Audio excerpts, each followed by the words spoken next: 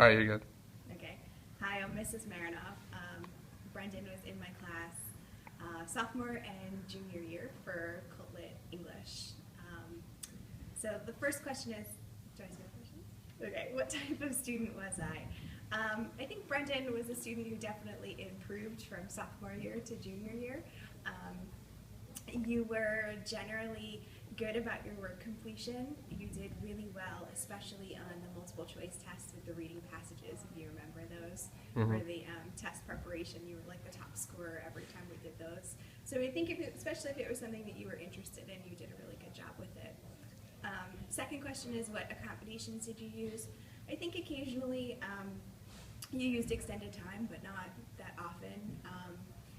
We used what we call frequent feedback, so I would check in on you pretty frequently during the course of an assignment to make sure that you didn't have any questions and that you were on the right track. The third question, what made you think I was ready to move up to the level 1 class? Well, that was quite a discussion, if you remember, from last year.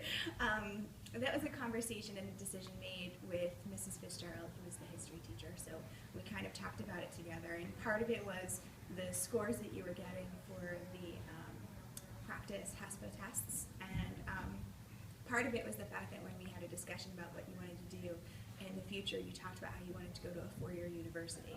So we felt that in order to best prepare you for that, and because you were doing well in what you were doing in class, that we thought that that was the better thing to do. And we kind of went back and forth on it, if you remember in our discussions. You and I went back and forth on it a few times, and I'm proud that you decided to end up taking the class. And I think that you have done a good job and realized that that was probably the right decision for you for next year, prepare you for next year. And then, do you think any other things helped shape your high school experience? Well, I think the transition, moving up a level, is a big thing, and something that you should feel proud about, and something that would help you in the future, not only for the type of work academically you have to do, but also the fact that putting in the effort and working towards something means something. That's pretty much it.